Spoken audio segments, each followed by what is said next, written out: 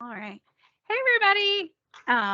Welcome to the Office 365 Pulse recording. We have the three of us today, and we'll go through what's in development, what is rolling out, what has rolled out, and what is canceled. We do have one that's canceled that we talked about how nice it would be a couple weeks ago when it made it to the in development, and now it went to the Yes, we canceled. did. And I Wah, went, wah, wah. oh.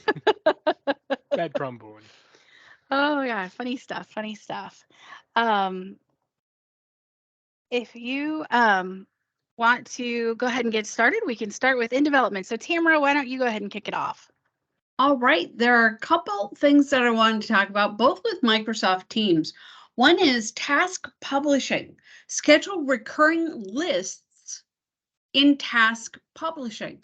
The task publishing experience in Microsoft Teams is a feature for frontline organizations that have employees distributed across many geographically dispersed locations. The task publishing feature allows an organization to centrally define a set of work, choose the set of frontline locations that should complete the work, create the appropriate tasks for each frontline location, and then monitor how that work is going. One of the top feature requests for task publishing has been the ability to create a set of tasks once and then to automatically repeat at a scheduled cadence. So common examples are like daily opening and closing tasks or weekly or monthly site inspections and compliance walks. So when this feature is available, you'll be able to set recurrence on draft task list, which will allow you to choose the cadence, such as every month or the 15th of the month, and you can then publish the list, and task publishing will take care of scheduling the publication so that the list publishes automatically at the cadence going forward. And then they also know from, let's see, I'm trying to make this work. They also know from a wide range of customer conversations that this will be a big time saver for distributing reoccurring tasks across frontline operations. Now, that is coming out in November of 2023, and that I believe is for everybody. So that's DoD, GCC High, Worldwide, and GCC. Then the second one I wanted to talk about, and the final one I wanted to talk about, and then y'all can talk about whatever you want, is choose which users to notify when publishing a task list. So the task publishing experience in Microsoft Teams will soon allow you to choose which users to notify when you publish or unpublish a task list. In response to customers' requests, you'll soon have the ability to choose which members of teams receiving the task should get a notification and their team in their team's activity feeds, all owners and members, owners only, or no one. Similarly, you'll be able to choose, oh, I just lost it. Similarly, you're going to be able to choose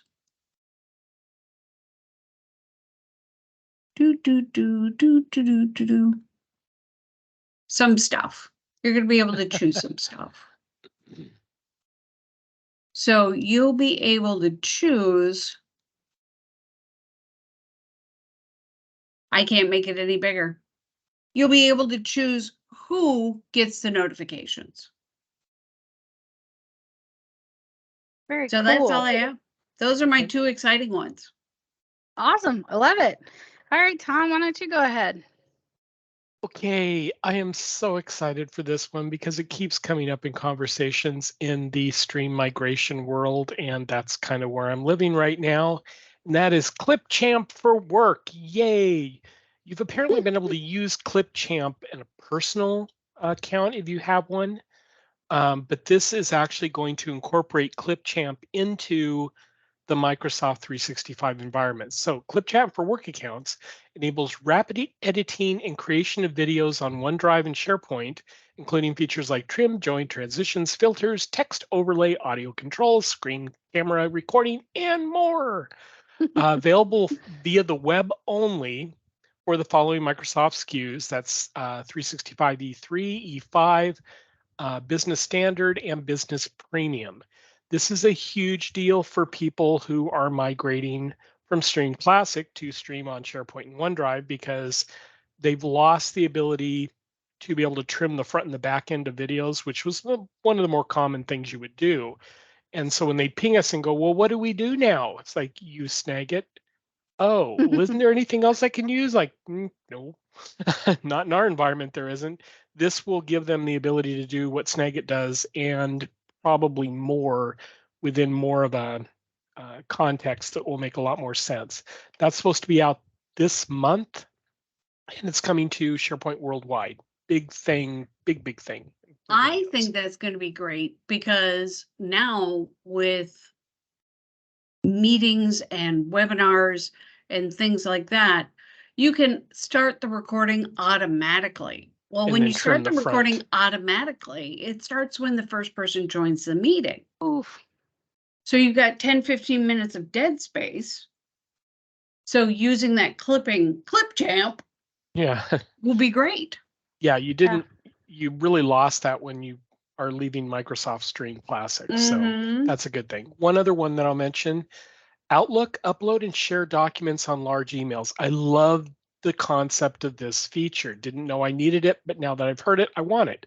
Oh, And I that know I is, need it. I oh know I yeah, need it because I'm always uploading or trying oh to add a yeah, file that's too big. yeah. So on Outlook accounts where you try to attach a file to an email that has hit the maximum size limit, of course, you never know what that is until it's too late, or when an attachment will push the email over that limit, you will be prompted to upload the file to OneDrive so that you can still easily share the document. Yay!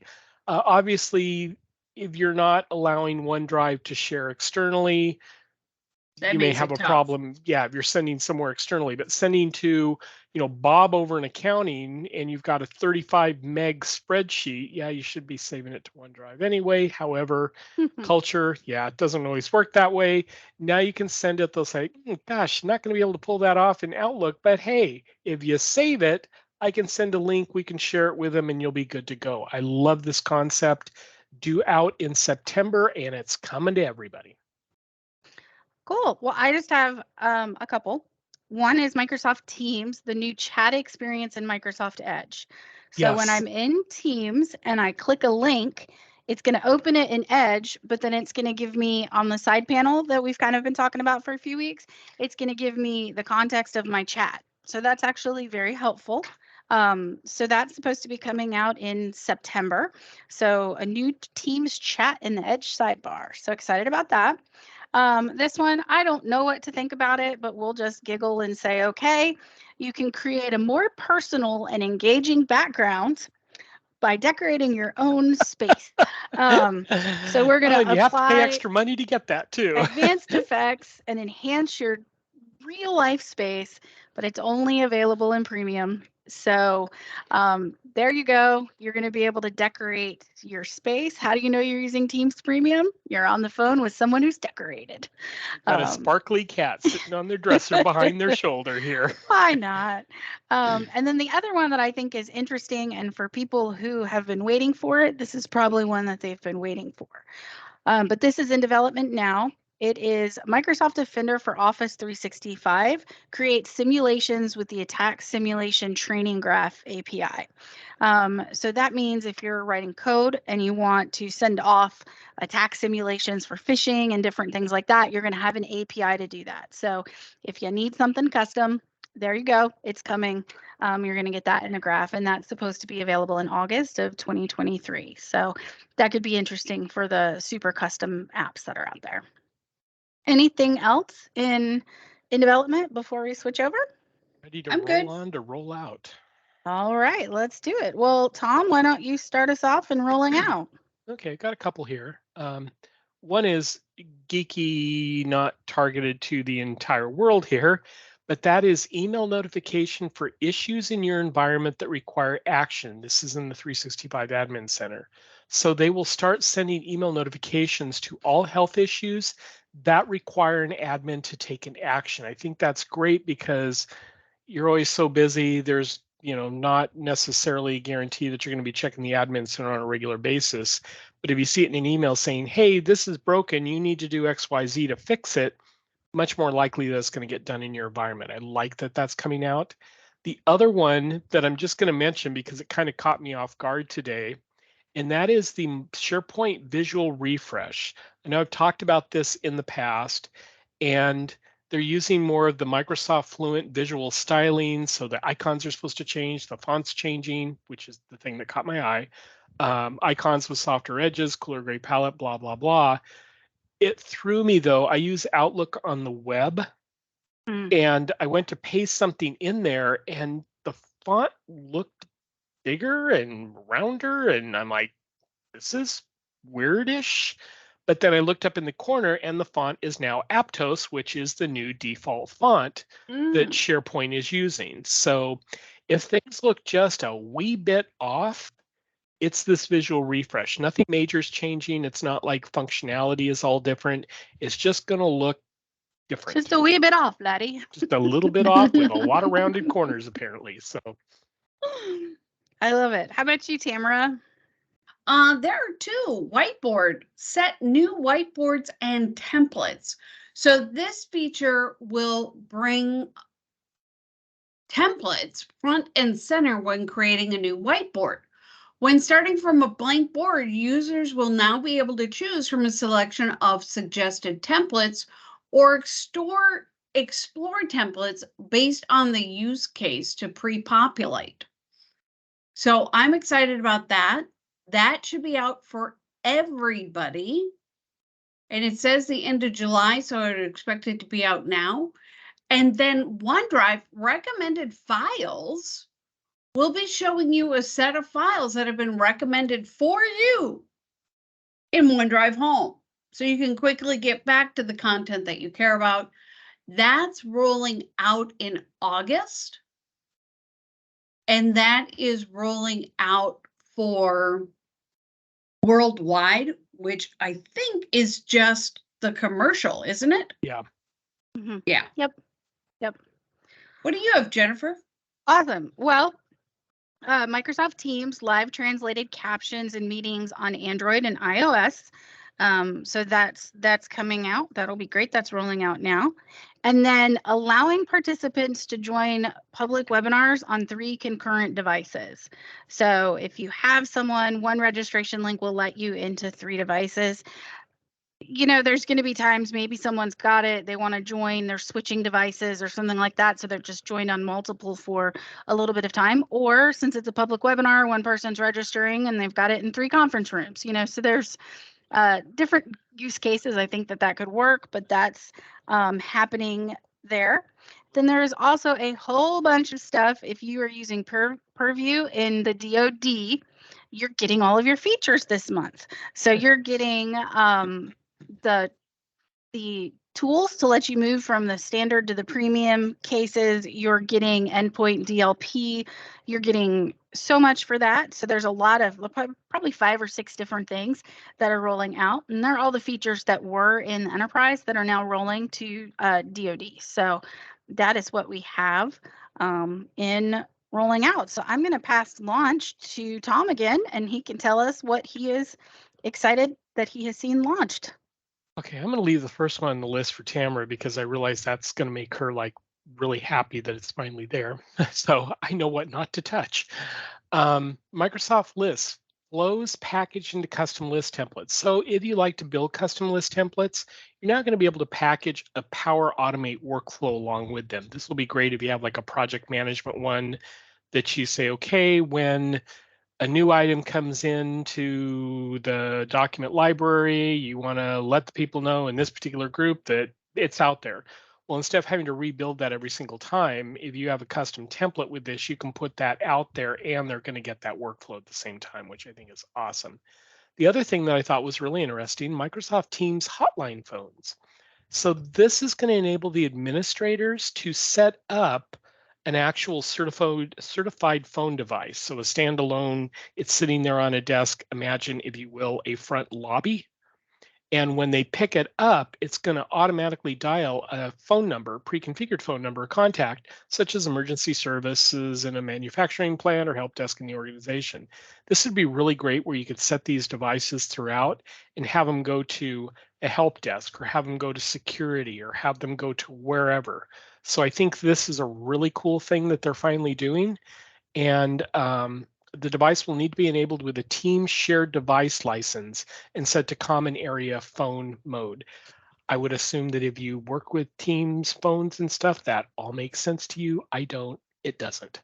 So, but I think the concept of being able to have these devices spread out and go to an automatic number is a really good thing. So, good job. All right, Tamara, what do you like in launched? I like breakout rooms, pre-meeting room creation, and participant assignment for DOD. Woohoo! This You got makes the me good very stuff. excited because then you don't have to waste time in your meeting Mm-hmm. setting up the rooms and putting people in the rooms. So you can do this all pre-packaged. We just did a session on this. People were thrilled that they had it and they didn't know that they had it. And then the other thing was Microsoft Teams Rooms Pro Management Insights Report. So the Insights Report is available in the Microsoft Teams Room Pro Management portal. And the report summarizes issues, remediation steps taken, time savings, and proactively alerts IT to issues before they become a problem for users. So previously, this was only available via managed services. Now all Team Rooms Pro customers can take advantage of this. Cool. Awesome. I just have one, and that's the Viva Pulse. So it's a tool that's a feedback tool that managers can use to get day-to-day feedback on projects, team dynamics, and it's using smart templates, meaning they're pulling the questions from industry-based research. So it's going to pull questions and then ask questions to your users. That's really good for managers because sometimes you want to ask probing questions, but they're kind of, when you ask them and you make them up, you're doing it based on your own perspective. So it's nice to have those Built-in industry biases questions and stuff like that. Yeah, just naturally you're going to have those. So I'm excited about having the industry questions. And then that takes us to canceled. And the one that got canceled is the Outlook multi-account search. So they were going to let you have multiple accounts loaded. You could search across all of them. But this is being postponed indefinitely. So don't know what to say about that except for not coming. So we'll see if it makes it back Hold on not your breath. list It is or not Yeah, coming. hold not your breath. Well, when we talked about it, I think we remembered saying, wow, that's really cool, but that's going to be hard. So Yes, we did. We'll see. We'll see if that makes it back to the list, but that is the canceled item for the week. But I think that's all we have, unless you guys have anything else. Good to So go. thanks everybody for joining us, and we'll see you next week with another round of updates. Thanks, guys. Bye. Everyone.